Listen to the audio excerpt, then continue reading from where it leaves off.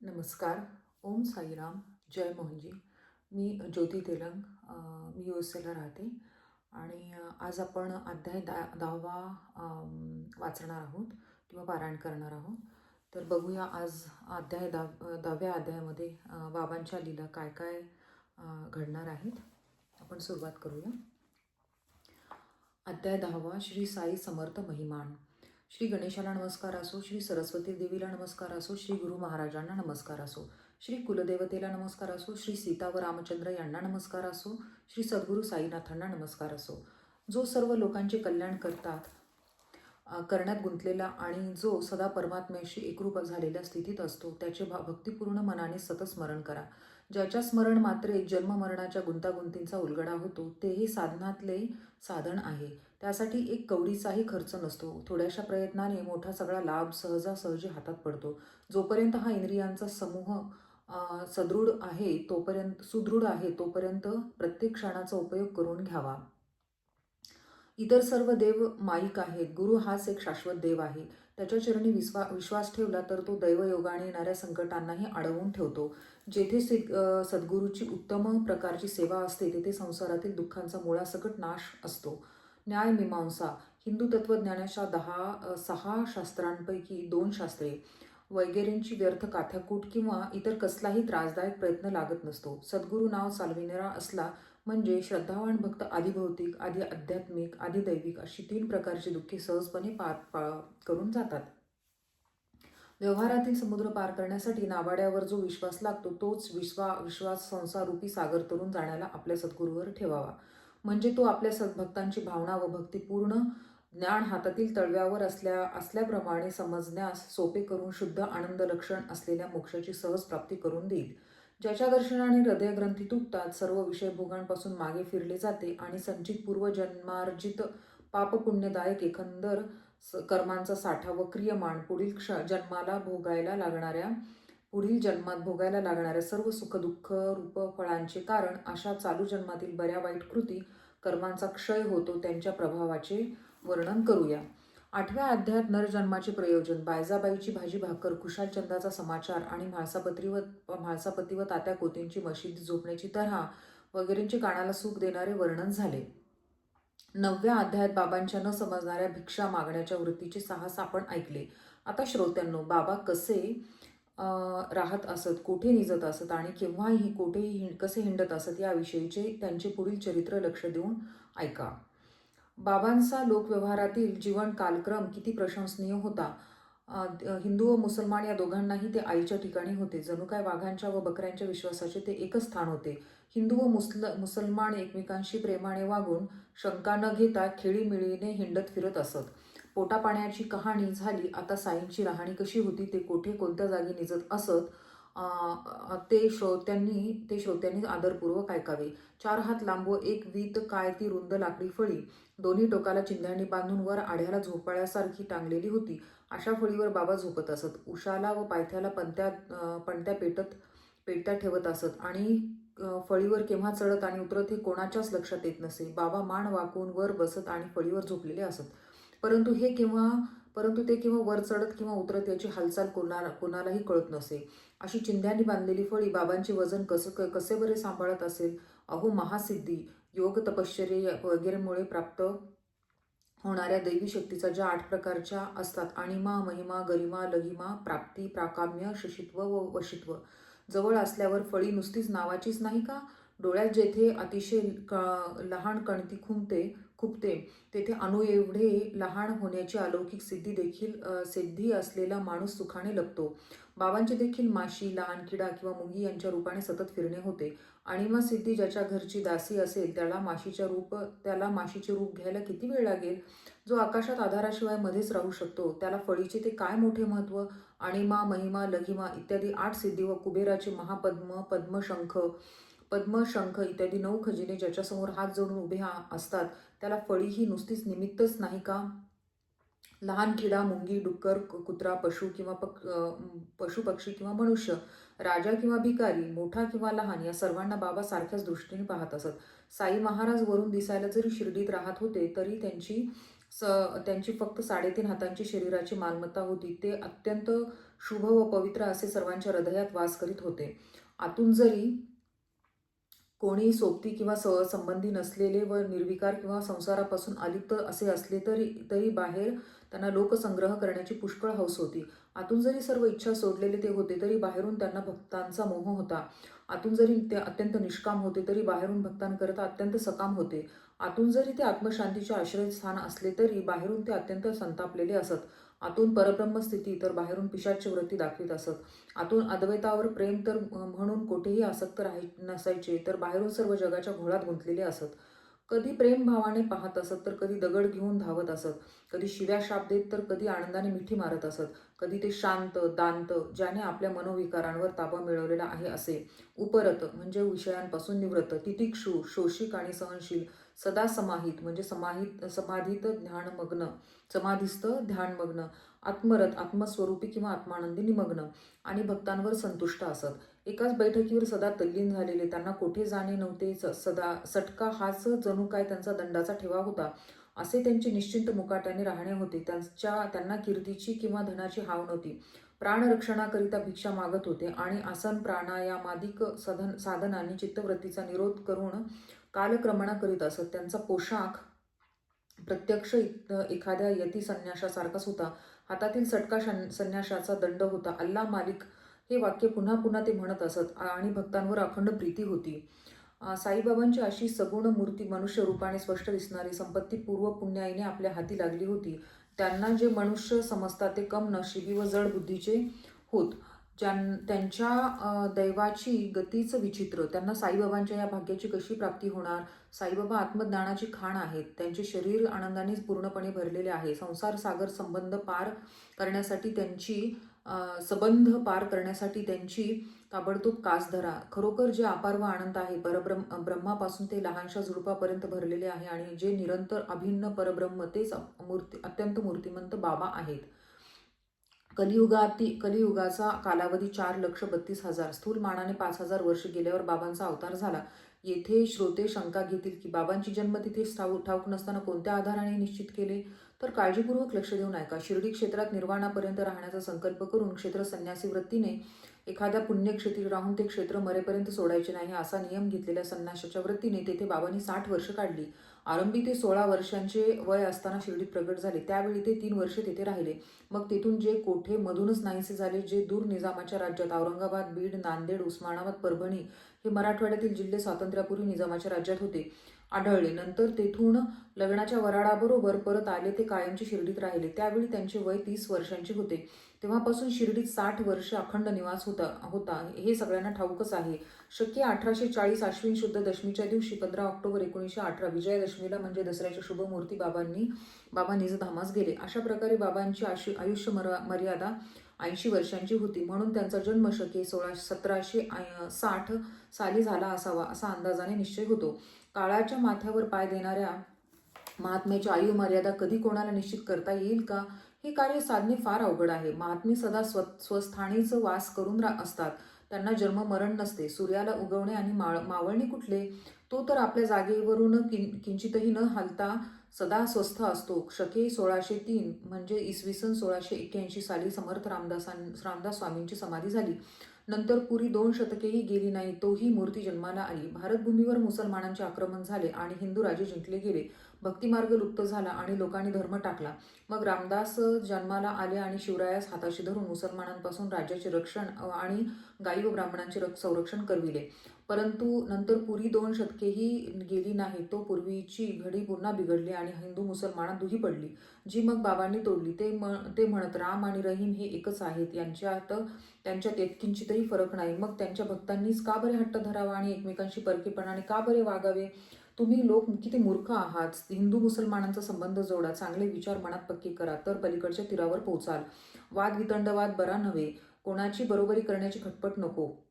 सदा आपल्या कल्याणाचा विचार करा आणि श्रीहरी तुमचे रक्षण करील. योग, याग, तप, ज्ञान ही सर्व हरीला प्राप्त करण्याची साधने हाती असून ज्याच्या हृदयात हरी नाही त्याचे जीवन व्यर्थ होय. कोणी काही जरी अपकार केला तरी त्याला प्रतिकार करू नका.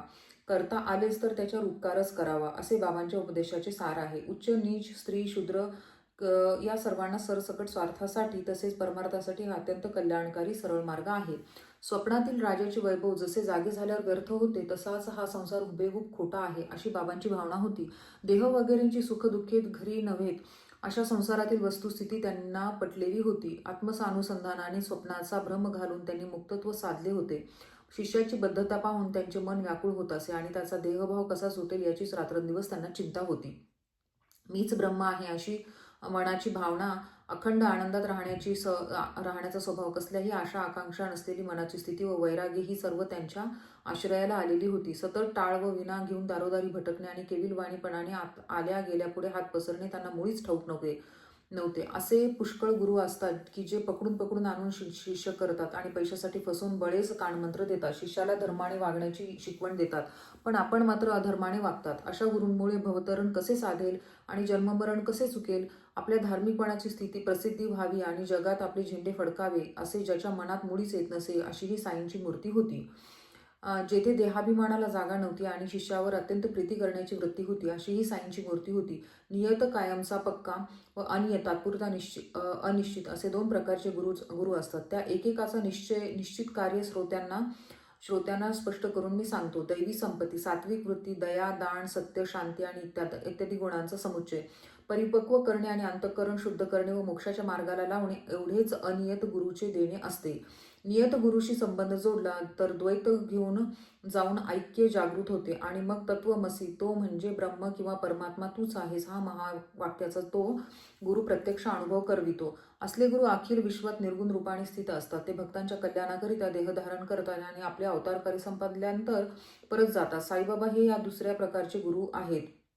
ते जशी बुद्धी मला देतील तसे माझेही लिखाण होईल. जगात रूढ असलेल्या व्यावहारिक विद्यांचे अनेक गुरु असतात. आत्मस्वरूपाचे भान करवितो तोच सद्गुरू आणि संसार सागर पार करून नेतो तोच समर्थ सद्गुरू. याचा महिमा सहजासहजी न कळणारा आहे.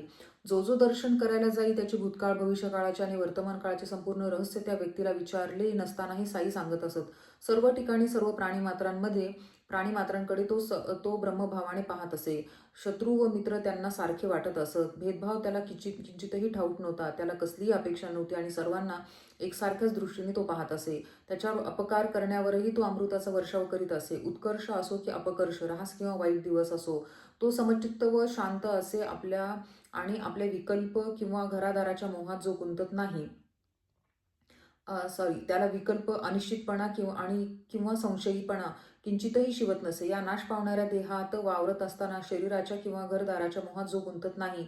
बाहेरून दिसायला देह असला तरी आतून विदेही असतो. तो याच देही निर्मुक्त मोक्षाप्रत गेलेला नव्हे का? धन्य शिर्डीचे जन. साई त्यांचे पूज्य दैवत होते. खाता पिताना आणि झोपताना त्यांना साईंचे चिंतन असत. धन्य धन्य त्यांचे प्रेम. खळ्यात धान्यांची कणसे मळण्यासाठी शेतात केलेली जागा आणि परसात काम करताना, दळताना, धान्य काढताना किंवा मातीच्या भांड्यातून रवीने लोण्यासाठी दही ढवळताना बाबांचा महिमा ते गात असत. खाली बसले असताना, जेवण करताना आणि झोपत असताना त्यांना बाबांच्या नामाचा अखंड जप असे. त्यांना बाबांशिवाय दुसरा देव कधी आठवलाच नाही. त्या बायांचेही प्रेम किती तरी किती, त्या प्रेमाची गोडी तरी किती. शुद्ध प्रेम काव्य करू शकते, विद्वत्ता नव्हे. तिळभरही विद्या नसताना जेथे साधी सरळ भाषाच असते तेथूनच कवित्व चमकते आणि चतुरी सुज्ञ जनमान डोलावतात. खऱ्या प्रेमाच्या आविष्कारालाच खरे काव्य म्हणतात. ते या बायांच्या शब्दातून श्रोत्यांनी पाहून घ्यावे. साईबाबांची इच्छा असेल तर या कवितांचा पूर्ण संग्रह गोळा होईल आणि त्याचा अध्याय होऊन श्रोत्यांची त्या कविता ऐकण्याची इच्छा पुरी होईल. साईबाबा मूलतः निराकार असून भक्तांवर कृपा करण्यासाठी साईच्या रूपाने प्रकट झाले. त्यांना ओळखण्यासाठी देहाचा अहंकार गेला पाहिजे. मनाच्या काम, क्रोध यासारख्या क्षुब्ध वृत्ती नाहीशा झाल्या पाहिजेत आणि भक्ती उदयाला आली पाहिजे. भक्तांची पुण्य फळले प्राप्त काळ आल्यावर एकत्र झाले म्हणून ते साई रूपाने पूर्णपणे उगवले आणि शिर्डीस फळाला आले. ज्याचे वर्णन करता येत नाही त्याचे वर्णन करण्यासाठी बोलण्याची शक्ती आली. ज्याला जन्म नाही त्याला खरा जन्म लाभला आणि ज्याला आकार नाही त्याला साच्यात ओतून तयार केलेल्या मूर्तीच्या करुण रसाच्या घाट साचा लाभला. साईबाबांची ही मूर्ती यशवंत, श्रीमंत, वैराग्ययुक्त, ज्ञानवंत, ऐश्वर्ययुक्त, औदार्ययुक्त अशा 6 गुणांनी परिपूर्ण होती. बाबांचा निश्चय विलक्षण होता. स्वतः जरी कोणत्याही वस्तूंचा संग्रह न करणारे असले व व आकार नसणारे होते तरी भक्तांवर अनुग्रह करण्यासाठी देह धारण करीत असत. काय त्यांचा कृपा करण्याचा स्वभाव, भक्तांचे प्रेम स्वतःच जडवून घेत असत. नाहीतर त्यांच्या ठिकाणी कोणत्या देवाला त्यांचा ठिकाणा कोणत्या देवाला सापडला असता. वाणीची देवता जे बोलण्याचा धीर करणार नाही, कानही जे ऐकता लाजतील असे शब्द भक्तांच्या कल्याणाकरिता साईबाबा बोलत असत. ज्या शब्दांचा अनुवाद करण्यापेक्षा मुकेस राहणे बरे, परंतु कर्तव्याला चुकू नये म्हणून ते सांगणे प्राप्त झाले आहे. कोणत्या एका भक्ताला बाबा अति नम्रपणे म्हणाले होते, मी तुमच्या दासांचा दास व ऋणी आहे. तुमच्याच दर्शनाला मी निघालो आहे. तुमच्या पायांची मला भेट झाली, ही तुमचीच मोठी कृपा आहे. तुमच्या विष्ठेतील मी एक किडा आहे आणि म्हणून मी या सृष्टीवर धन्य झालो आहे. बाबांची कितीही लीनता, नम्रपणाची हौसपण केवढी, अभिमान शून्यताही किती उच्च व शालीनताही तशीच.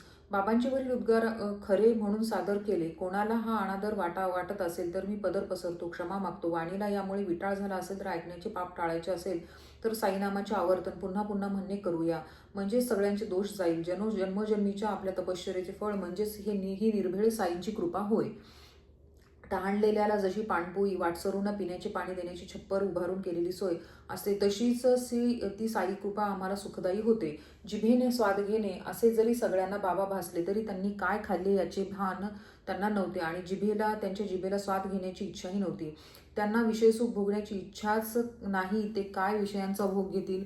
विषय ज्यांच्या इंद्रियांना शिवतही नसत ते काय विषयात गुंतून राहतील. जे पदार्थ पुढे येतात ते डोळ्यांनी पाहत असत, परंतु पाहिलेले त्यांना कळत नसे, पाहण्याची तेथे आठवणच होत नसे. हनुमंताची गर्भफास, जन्मजात ब्रह्मचर्य लंगोटी फक्त त्याच्या आईला किंवा श्रीराम प्रभूलाच मनाला किंवा डोळ्यांना दिसणारी होती, म्हणून त्याचे ब्रह्मचर्य अतुलनीय समजले जाते. परंतु साईबाबांच्या बाबतीत जेथे खुद्द आईला सुद्धा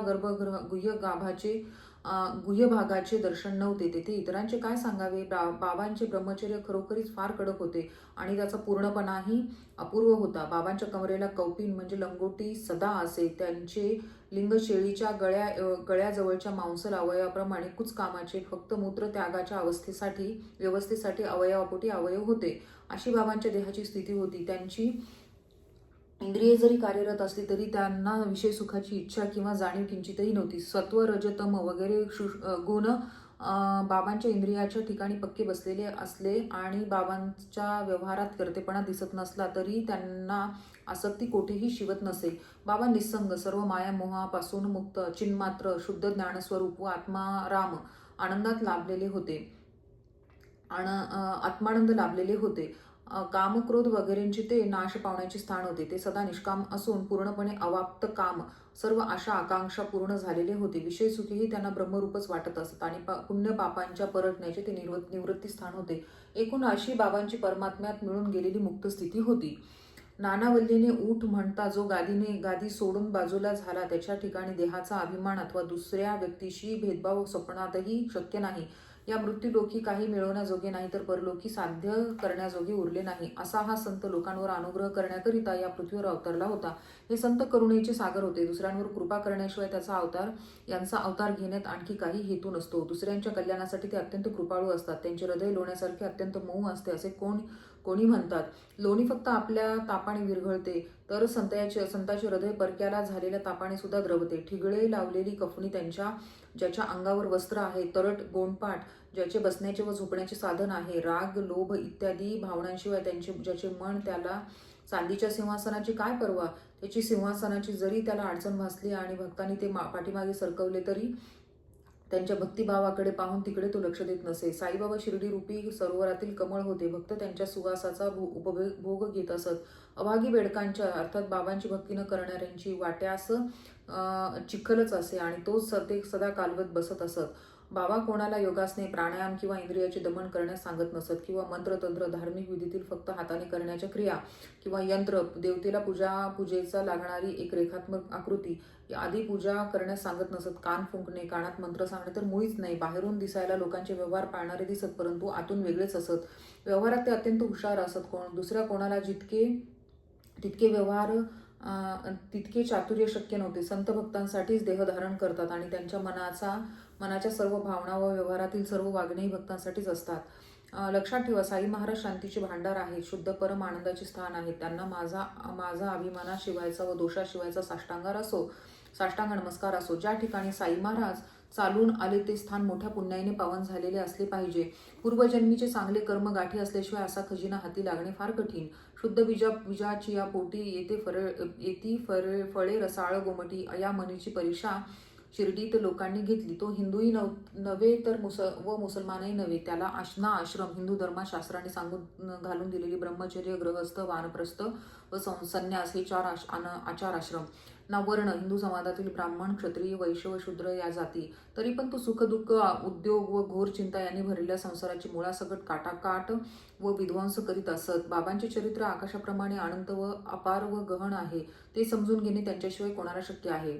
चित्ताचे काम चिंतन असते. चिंतन केल्याशिवाय ते एकही क्षण गप्प बसत नाही. त्याला विषय दिले तर विषयाचे चिंतन करते आणि गुरु दिला तर गुरूंचे चिंतन करते. म्हणून सर्व इंद्रिये केवळ कानात गोठवून साई गुरूंचे महात्म्य जे वर तुम्ही ऐकले तेच त्यांचे सहज घडणारे स्मरण, कीर्तन व भजन होय. पंचाग्नी साधन 4 दिशांना 4 अग्नी पेटून संबंध दिवसभर उन्हात म्हणजे वरच्या 5व्या अग्नीखाली बसून कडक तपश्चर्या करणे. यज्ञ, याग, मंत्र, तंत्र, वाष्टांग योग, यम, नियम, आसन, प्राणायाम, प्रत्याहार, ध्यान, धारणा, ध्यान व समाधी अशी 8 अंग असलेली साधना.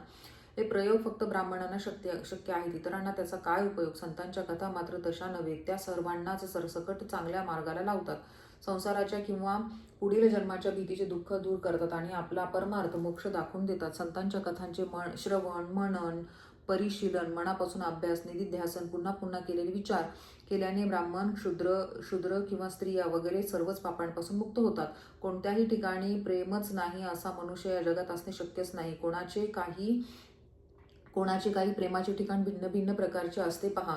कोणाच्या प्रेमाची जागा संतती, कोणाची धनसंपत्ती, कोणाचे आपले शरीर, घरदार, मान सन्मान, कीर्ती, तर कोणाची विद्याप्राप्ती असते. जे प्रेम विषय सुखांच्या ठिकाणी वाटते ते सर्व जेव्हा एकत्र होते आणि हरिचरणरूपी मुशीत आटते ते मग भक्तिरूपाने प्रकट होते. म्हणून घरादारातील प्रपंचातला साई चरणाला चित्त समर्पण करण्याचा हा सोपा मार्ग अवलंबा.